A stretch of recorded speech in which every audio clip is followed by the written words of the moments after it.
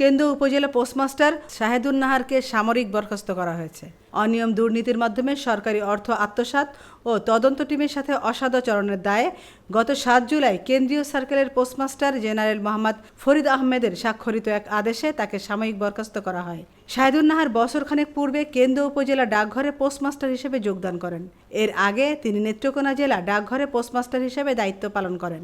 উভয় স্থানে দায়িত্ব পালনকালে গ্রাহকের সঞ্চয়পত্রের কুপন জালিয়াতির মাধ্যমে সরকারি অর্থ আত্মসাৎ করেন এবং সংশ্লিষ্ট প্রমাণাদি ও সরকারি ডকুমেন্টস উদ্ধৃতপূর্ণভাবে ছিঁড়ে ফেলেন। বিষয়টি জানাজানি হলে ৩ সদস্যের তদন্ত কমিটি গঠন করা হয়। ওই তদন্ত কমিটির সাথেও অসদাচরণ করেন ওই নারী পোস্টমাস্টার। নতুন দায়িত্বপ্রাপ্ত কেন্দ্র উপজেলা পোস্টমাস্টার মধুভূষণ সরকার বলেন, তারিখ রাত 10টার সময় ফোনে আমাকে বলা হয় 8 তারিখ কেন্দ্র জয়েন করার জন্য। পোস্টাল অপারেটর হিসেবে আমি 8 তারিখ এখানে জয়েন করি এবং পোস্টমাস্টার কেন্দ্র উপজেলা পোস্টমাস্টার ম্যাডামের কাছ থেকে দায়িত্ব বুঝিয়ে নিই। আমিনা ইসলাম, আজকের সংবাদ।